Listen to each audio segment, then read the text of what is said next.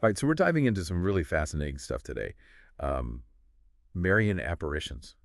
Oh, wow. Yeah, and we've got all this incredible research you sent over eyewitness accounts, historical context, even some spiritual interpretations. Yeah, And honestly, I'm already hooked just reading through all this. I bet. But we're not here to prove or disprove anything. Right. We just want to kind of dig into what makes these events so compelling, Mm-hmm.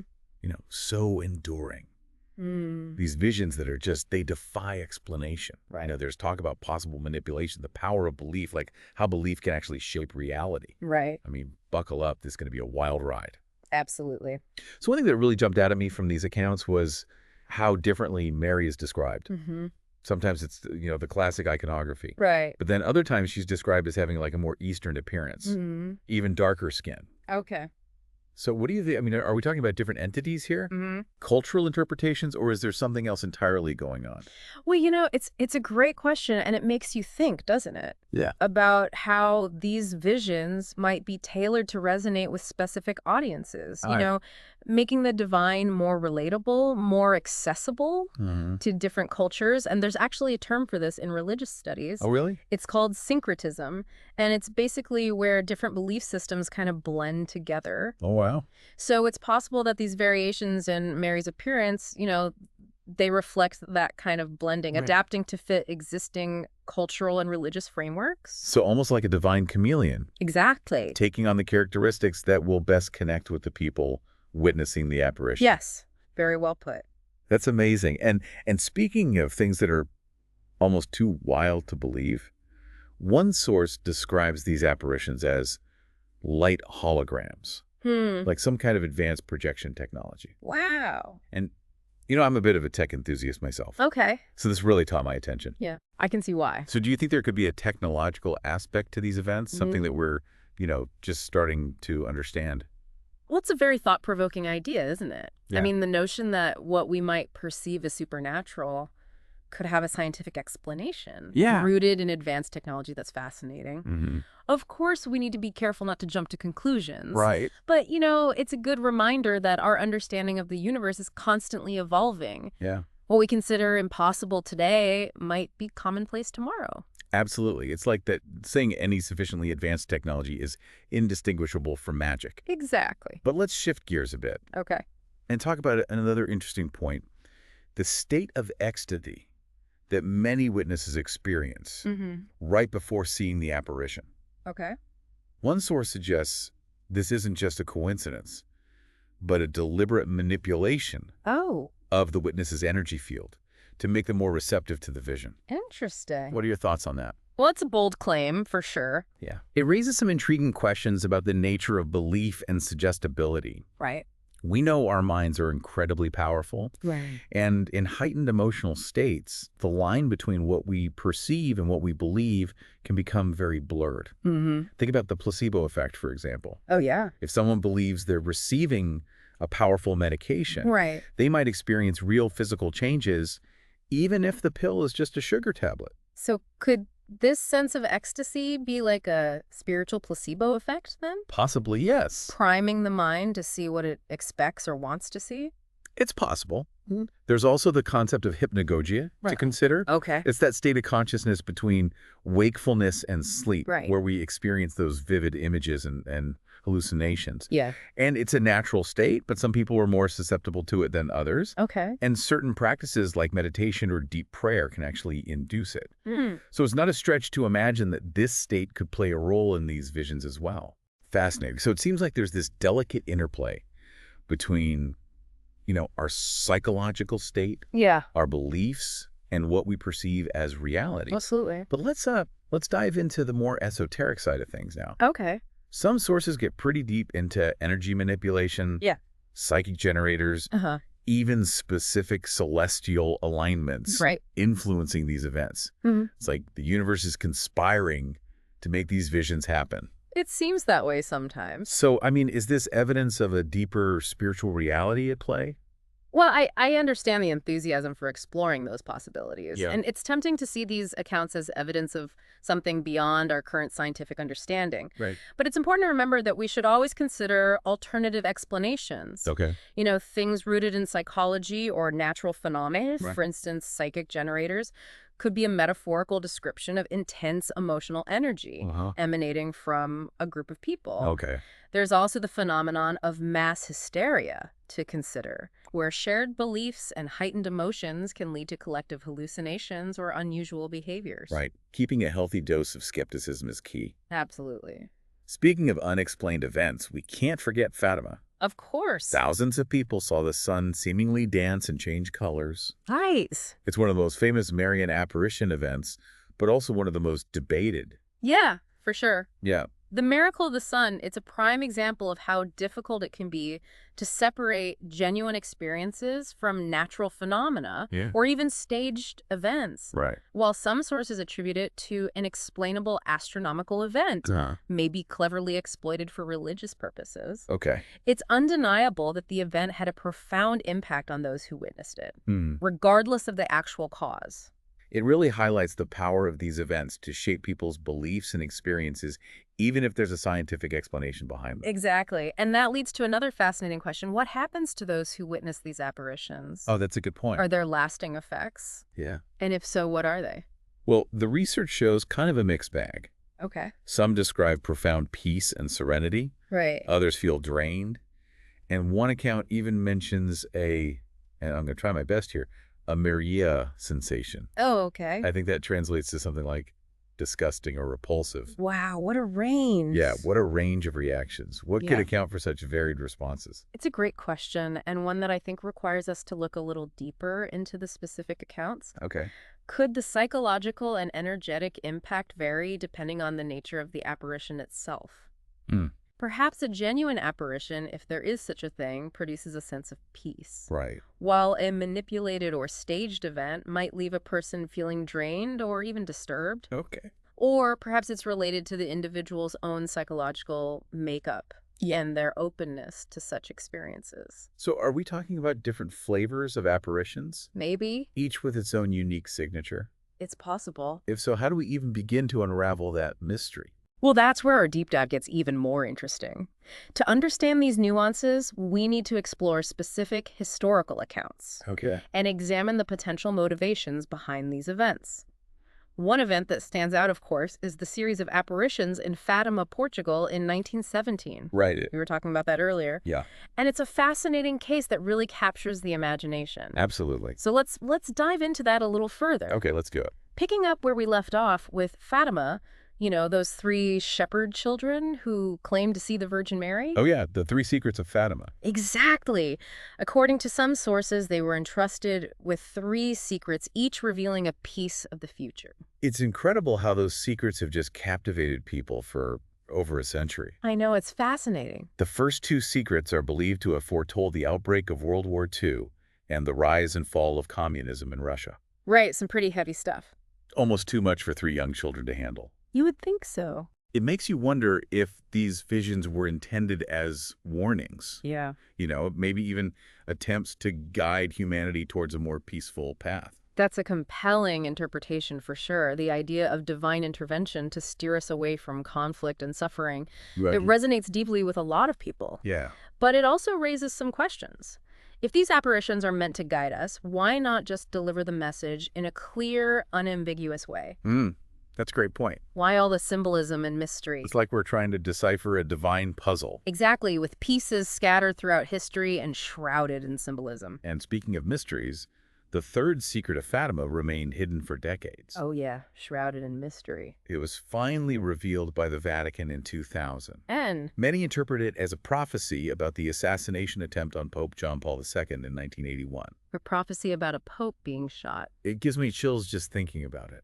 It definitely adds another layer of intrigue to these events. Yeah. But it's important to remember that prophecies are often open to multiple interpretations. Their true meaning may only become clear with the passage of time and through the lens of hindsight. Okay. Perhaps instead of predicting specific events, these secrets offer broader warnings or insights into the human condition and the challenges we face. So we're talking about visions that potentially foreshadow world wars, the fate of nations, even attempts on the lives of religious leaders.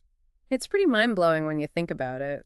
It's like something out of a suspense novel. Yeah. You know, a mix of history, faith, and a touch of the unexplainable. I like that description.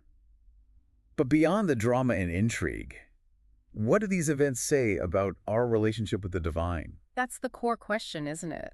These accounts highlight our deep-seated need to understand the forces that shape our lives. Yeah. Even when those forces seem beyond comprehension, Mm-hmm. we seek patterns and meaning, especially in the face of uncertainty and suffering.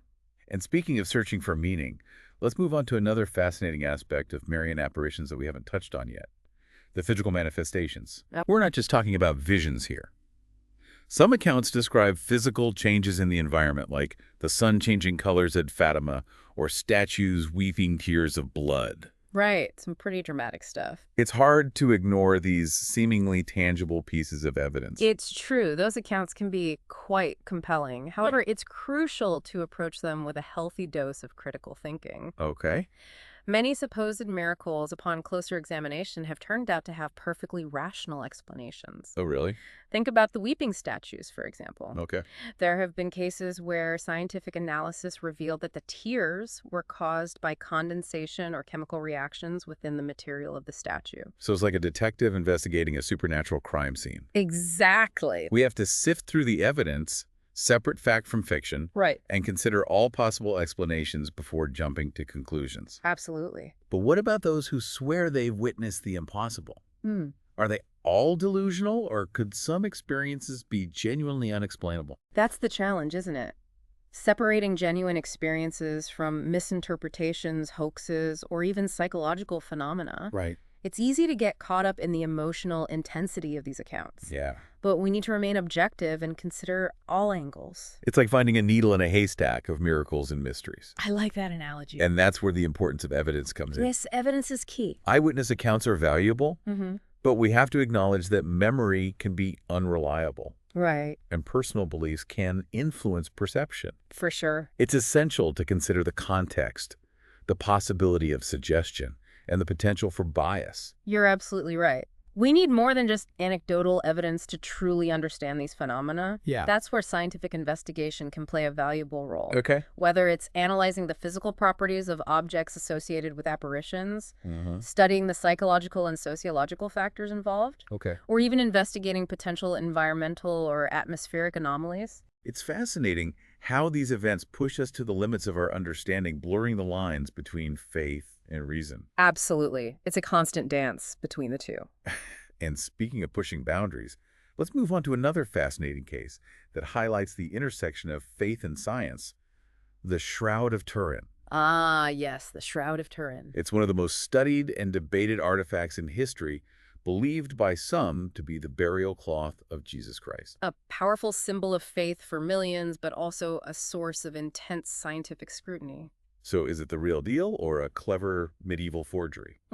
Good question. What does science have to say about its authenticity? Well, that's where things get interesting. Carbon dating tests conducted in the 1980s suggested that the shroud originated in the 13th or 14th century, Oh, wow. which would debunk its authenticity as the burial cloth of Jesus. So case closed, mystery solved.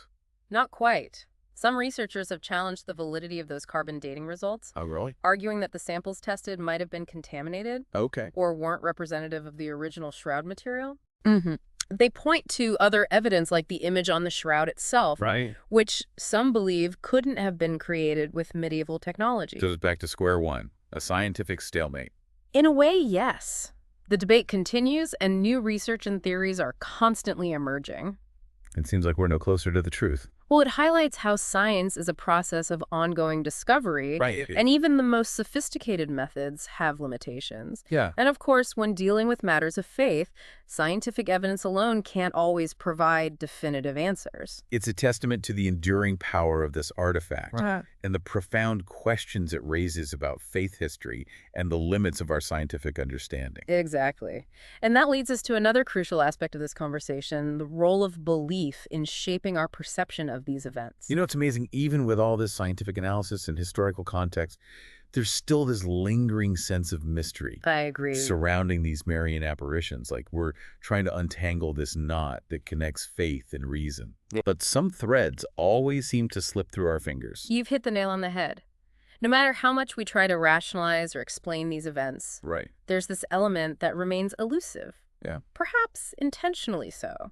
And that brings us to a fundamental question: the role of belief in shaping our perception. Okay. Do we need to believe in something in order to see it, or can seeing something lead to belief? That's the age-old question, isn't it? Like the chicken and the egg, which came first. Exactly. It's particularly relevant to our discussion because if you already believe in the power of the divine, you might be more inclined to interpret an unusual experience as a sign from a higher power. Exactly. It's like our beliefs act as filters shaping how we perceive the world around us. Okay. Someone who believes in miracles might see the Virgin Mary in a random pattern of light and shadow, Right. while a skeptic might dismiss it as a trick of the light.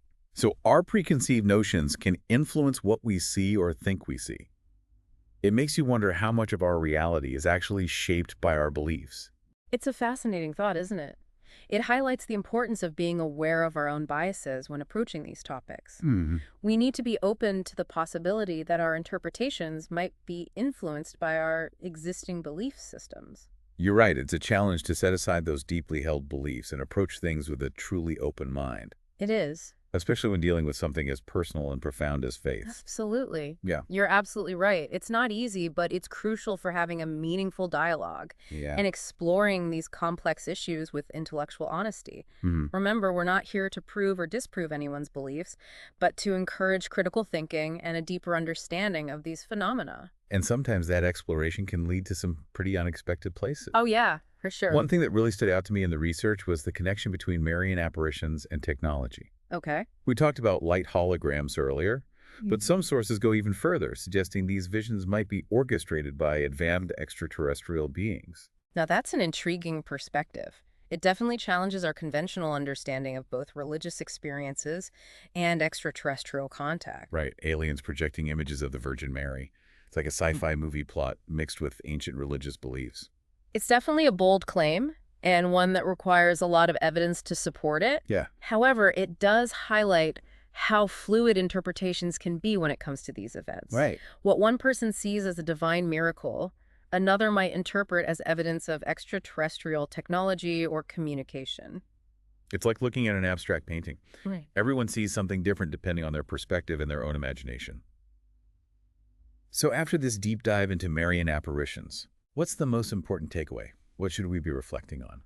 I think the key takeaway is recognizing the immense power of belief. Okay. Whether these apparitions are genuine divine interventions, elaborate hoaxes, or something in between, their impact on the lives of those who believe is undeniable. It speaks to that human need for connection, for meaning, Right. for something to hold on to in a world that often feels chaotic and unpredictable. Exactly. These events remind us that we are all searching for something to believe in, something to give us hope, something to connect us to something greater than ourselves. And that search has been a driving force in human history for centuries. So as we wrap up our deep dive, I want to leave our listeners with one final thought to ponder. Okay. Perhaps the most important question isn't, did this happen? But rather, what does it mean to the people who believe it did? That's a great point to end on. It invites us to explore the intersection of faith reason and the human experience with empathy and curiosity. Absolutely. As you continue your own exploration, keep an open mind, question everything, and embrace the mystery. Who knows what other fascinating insights you might uncover?